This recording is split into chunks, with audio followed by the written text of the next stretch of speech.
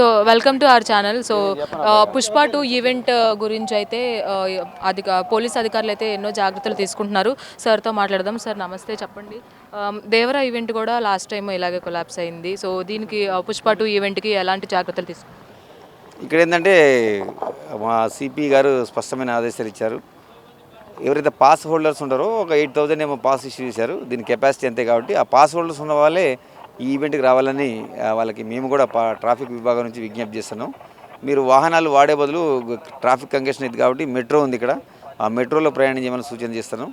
ఒకవేళ కొంతమంది ఏదైతే ప్రజానీకం ఉన్నారో మనకి ఇందిరానగర్ గడ్డ నుంచి టువర్డ్స్ స్టేడియం వైపు వస్తారో వాళ్ళకు విజ్ఞప్తి చేసేది ఏంటంటే, మళ్ళీ మీ మీడియా సుముఖం కూడా విజ్ఞప్తి చేస్తాను, మీరంతా కూడా అక్కడ ఇందిరానగర్ గడ్డ నుంచి మన లెఫ్ట్ తీసుకుంటే శ్రీనగర్ కాలనీ, ఆ విధంగా మళ్ళీ మన యూసుఫ్గూడ బస్తీకి వచ్చి అక్కడ సవేరా ఫంక్షన్ హాల్ ఉంటుంది, అక్కడ యూటర్న్ తీసుకొని బోరబండ పోయేటోళ్ళందరూ ఆ విధంగా పోతూ రెహమత్ నగర్ పోయేటోళ్ళు, అదేవిధంగా ఈ మైత్రివనం పోయేటోళ్ళు కూడా అక్కడ యూసుఫ్గూడ బస్తీ కాడ నుంచి రైట్ టర్న్ తీసుకొని వెళ్ళే అవకాశం ఉంది. సో చూసుకున్నట్లయితే అధికారులు కూడా ఎంతో కట్టుదిట్టమైన భద్రతా ఏర్పాట్లు అయితే చేసుకుంటున్నారు. ట్రాఫిక్ సిబ్బంది ఎవరైతే ఉన్నారో ఆఫీసర్ హరిప్రసాద్ గారు కూడా చెప్తున్నారు, సిపి గారి ఆధ్వర్యంలో ఇవన్నీ కూడా ఏర్పాట్లు అయితే జరగడం జరుగుతుంది. మెట్రో ఎవరైతే ప్రజలు ఇటువైపు నుంచి యూసఫ్గూడ నుంచి ఇందిరానగర్ వైపు ప్రయాణించే వాళ్ళు కావచ్చు, శ్రీనగర్ వెళ్ళే వాళ్ళు కావచ్చు, ఎవరైతే ఉన్నారో వాళ్ళు ఎక్కువ శాతం మెట్రోలో ప్రయాణించవలసిందిగా కూడా ఆయన కోరుతున్నారు. అండ్ అలాగే బోరబండ సైడ్గా రూట్ మళ్లించినట్లు ఆయన తెలిపారు.